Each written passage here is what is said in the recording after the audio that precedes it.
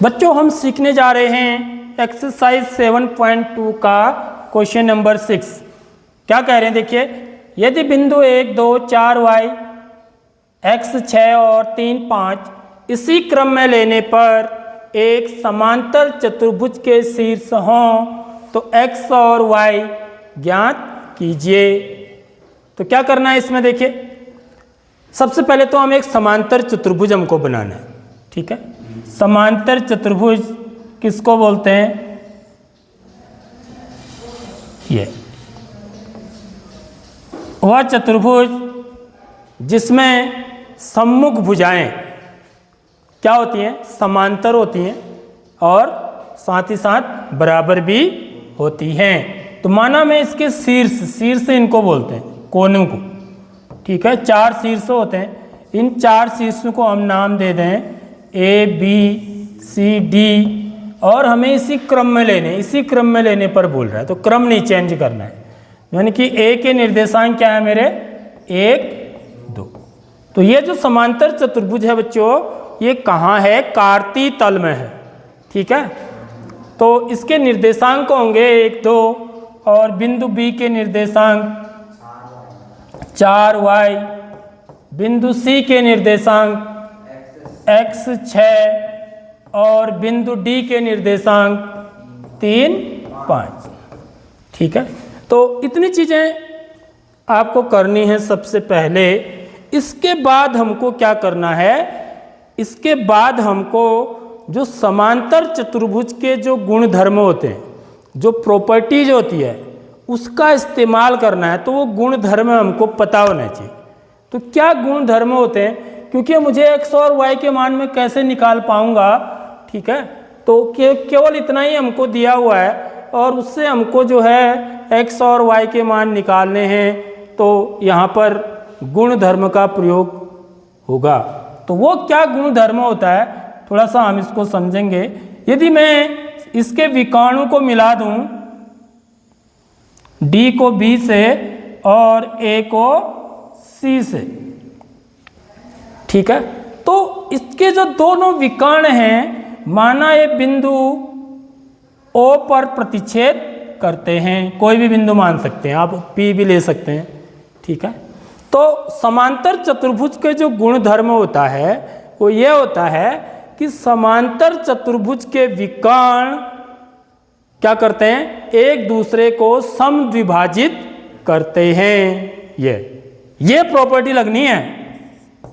समांतर चतुर्भुज के विकर्ण क्या करते हैं? एक दूसरे को समद्विभाजित करते हैं, समद्विभाजित करते हैं,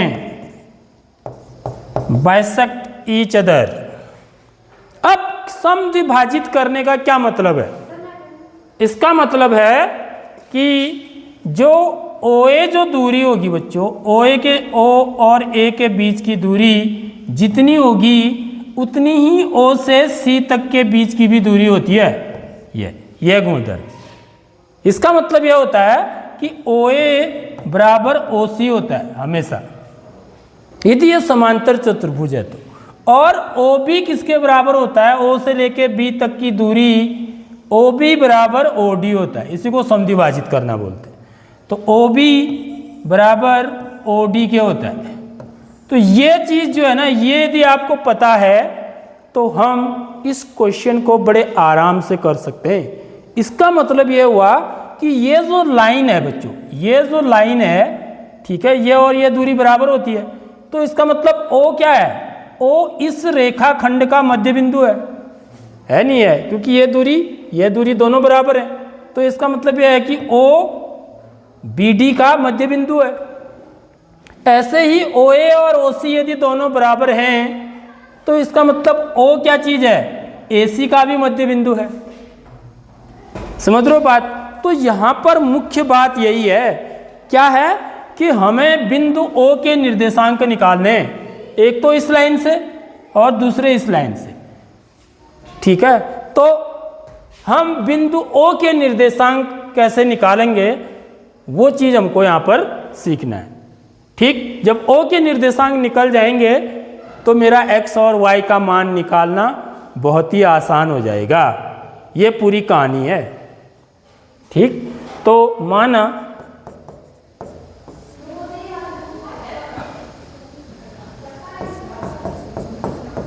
बिंदु A 1 2 B 4y C x 6 तथा D 3 5 समांतर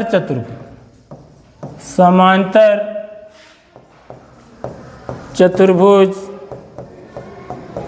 ABCD के शीर्ष हैं। ठीक है, माना, ठीक है, विकर्ण, इनको विकर्ण बोलते हैं, AC तथा BD परस्पर बिंदु O पर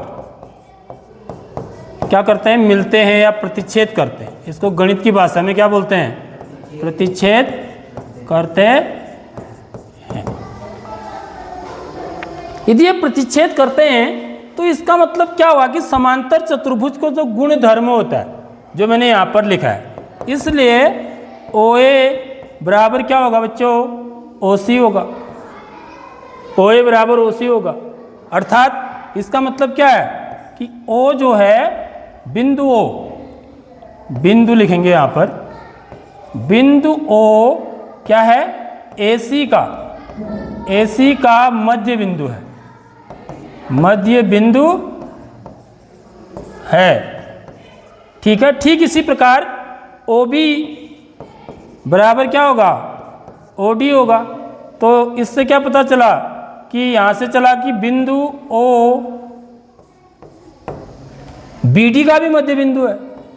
समझ में आ रही बात, BD का मध्य बिंदु है, यानी कि जो इस लाइन का मध्य बिंदु है वही इस लाइन का भी मध्य बिंदु है। समझ में आ रही बात। तो हम बिंदु O के निर्देशांक निकालेंगे। बिंदु O के निर्देशांक कैसे निकालेंगे, मध्य बिंदु के निर्देशांक। यहां पर जो लगेगा सूत्र बच्चों, वो मध्य बिंदु का निर्देशांक वाला सूत्र लगेगा।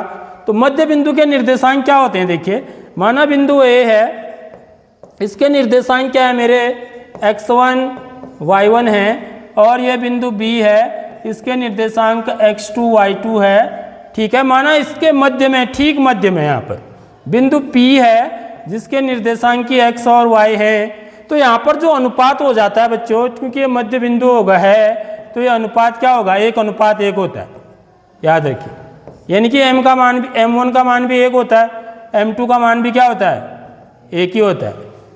समझ में आ रही बात। तो जो मेरा सूत्र होता है विभाजन सूत्र, उसका यदि आप इस्तेमाल करेंगे तो उसमें m1 की जगह पर 1, m2 की जगह पर भी 1 रखेंगे, तो आपको मध्य बिंदु के निर्देशांक x बराबर क्या मिलता है हमको, देखिए हमको मिलता है x1 धन x2 बट्टे 2।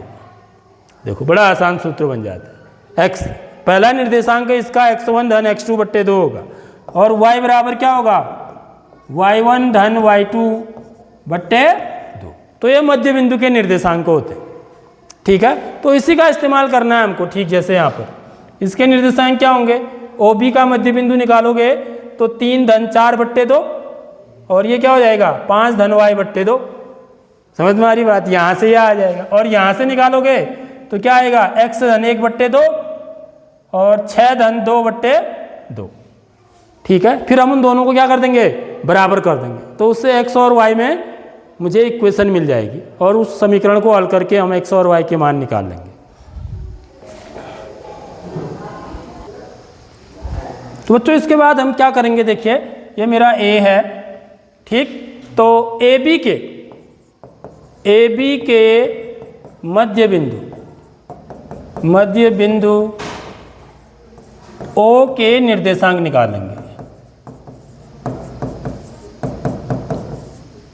ठीक है, ये मध्य बिंदु के निर्देशांक ऐसे निकलते हैं। देखिए ये x होता है, ये y के मान होता है।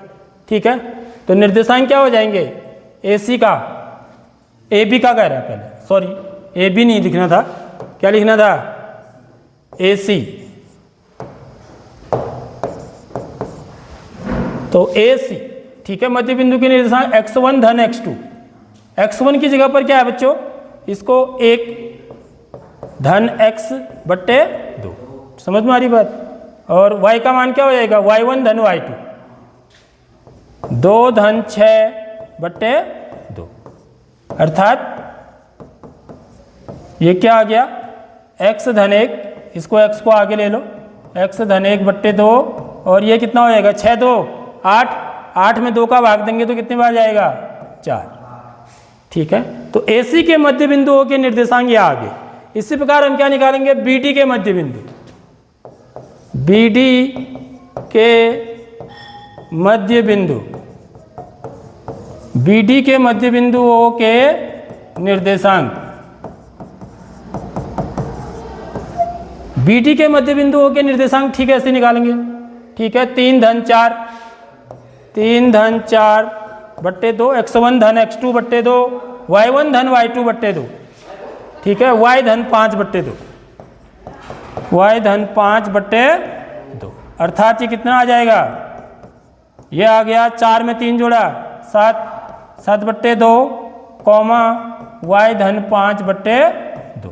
तो इसके बाद की कहानी क्या है? देखो ये तो मैंने आपको शुरू में ही बता दिया था ना कि ऐसा होगा करके। इसके बाद क्या करना है आपको? ये जरा सा आपको समझ लेना है, क्योंकि O के निर्देशांक ये भी हैं। ठीक है, O के ही निर्देशांक ये भी हैं, समझ रहे हो? बिंदु O के निर्देशांक ये भी हैं और बिंदु O के निर्देशांक ये भी हैं। वो इस लाइन एक इस लाइन से आया है, एक इस लाइन से आया है, तो दोनों सेम ही तो होंगे, क्योंकि दोनों ही किसके निर्देशांक हैं? O के ही निर्देशांक हैं।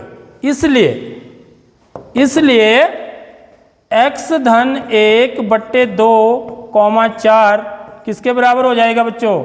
7 बट्टे 2, y धन 5 बट्टे 2 के।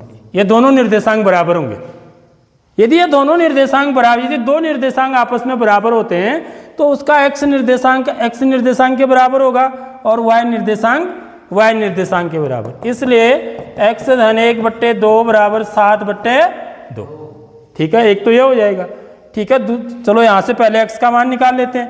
तो यहाँ से x का मान कितना आ जाएगा? x धन 1 बट्टे 2 बराबर 2 को हटाएंगे यहाँ से, तो 2 कहाँ चले जाएगा? 7 बट्टे 2 गुणा 2 ऊपर चला जाएगा, 2 एकम 2। तो यहाँ से क्या आ गया बच्चों? x धन 1 बराबर 7 एकम 7, तो x बराबर क्या आ जाएगा? 7 ऋण 1 को उधर ले जाएंगे, तो यहाँ से x बराबर क्या आ जाएगा? 6। तो x का मान 6 होगा। ठीक है, और y का मान ठीक है ऐसे निकालेंगे। y कौन सा है? दूसरा निर्देशांक। तो मैं 4 बराबर ये भी लिख सकता हूँ, ये बराबर 4 भी लिख सकता हूँ। तो y धन 5 बट्टे, क्योंकि मुझे y का मान निकालना है इसलिए इसको इस तरफ लग दिया, बराबर 4। ठीक है, अब 2 को उधर ले जाएंगे, y धन 5 बराबर 4 गुणा 2, गुणा हो जाएगा इसके साथ ये।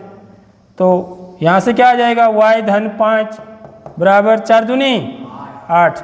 यहाँ पर इम्प्लाइज का साइन लगेगा। ठीक है बच्चों, तो यहाँ से y बराबर क्या आ जाएगा? 8 ऋण 5। तो यहाँ से y का मान क्या आ गया? 3 आ गया। तो मेरे क्या आए x और y के मान? x बराबर कितना आया? 6 और y बराबर कितना आया? 3। ठीक है, आगे बात समझ में? तो ऐसे इस सवाल को हल करेंगे।